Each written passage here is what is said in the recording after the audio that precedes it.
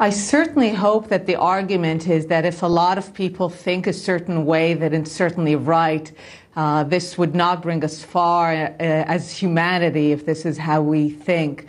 I must say that as an Israeli who views herself as a longtime supporter of peace, who truly empathizes with the need of the Palestinians to have their own state, to have their dignity and sovereignty, I felt slighted and insulted by the speech of Mahmoud Abbas.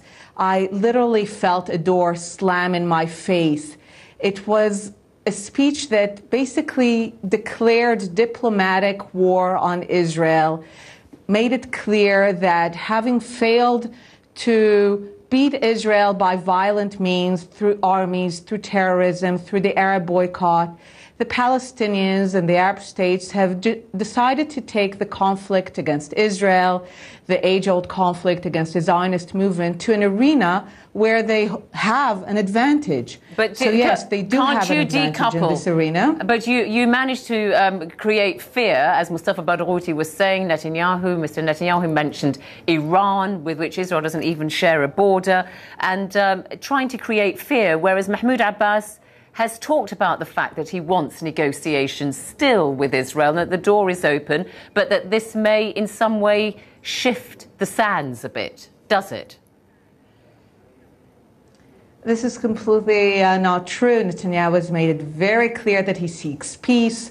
The border with Iran that he has spoken about is in Gaza and Lebanon, and I think that is absolutely undeniable that Iran is funding arms in these two areas and arming these two areas to the teeth against Israel. But in truth, the Palestinians, for a long time, I argued that they're going to the UN not to get a state. They know very well that by going to the UN, you do not get a state. You get a state by negotiating. It's frustrating. It's tough. I know. I've been there. But there's absolutely no other alternative to negotiating with Israel. And it is important that the Palestinian state be born in peace.